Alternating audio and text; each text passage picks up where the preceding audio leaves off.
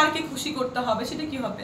আমি মেডিকেলে পড়তাম, আমার স্যারও আমাকে অফার দিয়েছিল। আমি ওই যে 2 লাখ 5 লাখ দিয়ে তো থাকা যাবে না। সরি কিন্তু আপনার কথা আমি তো কাজ করেছি, আমাকে তো ইভেন্টের কাজ আমি করি নাই, যেটা ভালো সেটা আমি করেছি। তাহলে স্যার কিভাবে জানলো? How they know? আমার সাথে কি ইভেন্টে করতে গেলে আমার সমপর্যায়ে আসতে হবে, তো এটাই বলতে হবে। সে সমপর্যায়ে তো নাই, ওই যে 2 লাখ 5 লাখ দিয়ে তো থাকা যাবে না। সরি কিন্তু আপনার কথা প্রস্তাব দেওয়া হয় আর কি। প্রস্তাব দেওয়া হতে পারে, প্রস্তাব তো সবাই দেয়। দেখেন মানে আপনি এরকম কোনো প্রস্তাব দিয়েছেন কি আপনাকে? শুধু মিডিয়াতে দেওয়া হয় না, আমি মেডিকেলে পড়তাম, আমার স্যারও আমাকে অফার দিয়েছিল। আমি এগ্রি করি নাই বলে আজকে আমার যেটা আমার 4 বছরে পাস করার কথা 5 বছরে, সেটা আমার লাগছে হচ্ছে 8 বছর পড়াশোনা শেষ করতে।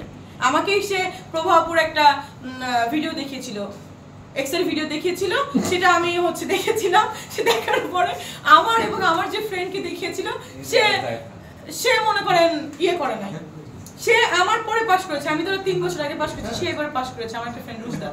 তো আপনি বলছেন যে মিডিয়াতে শুধু হয় মানে কি? মিডিয়ার বাইরে যে চাকরি করতে যায় 5,000 10,000 টাকা চাকরিতেও তো অফার দেয়, 5,000 টাকা চাকরিতেও তো অফার দেয় মেয়েদের, যে স্যারকে খুশি করতে হবে, সেটা কি হবে? আমি খুব স্পষ্টবাদী কথা বলি বলে আমার সমস্যা।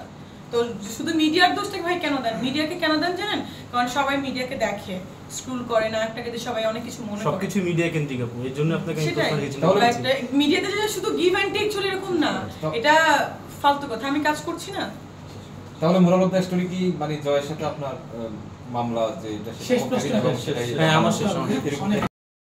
জয়কে আসুক, কোথায় দেখা হচ্ছে কোথায় হচ্ছে না এটা তো পরের হিসাব। নাকি নতুন কোনো টুইস্ট আসতেছে? সাকিব খান, শালীন নওয়াজুদ্দিন জয় এবং মিষ্টি জান্নাতের নতুন সিনেমার জন্য এত আলোচনা? আই ডোন্ট নো, হতেও পারে, ওয়েট বুঝা যায় না, দেখা যাক, লেটস সি। নাকি আপনি তো সামনে পালে মারতে যাচ্ছেন, সে কি ভয় আসবে কিনা দেখা যাক কি হয়। ওকে, থ্যাংক ইউ। এই বিষয়টা আপনি কিভাবে দেখছেন? সে তো আমাদের মান্না ভাইয়ের ওয়াইফের কাছেও মাফ চাইলো একবার।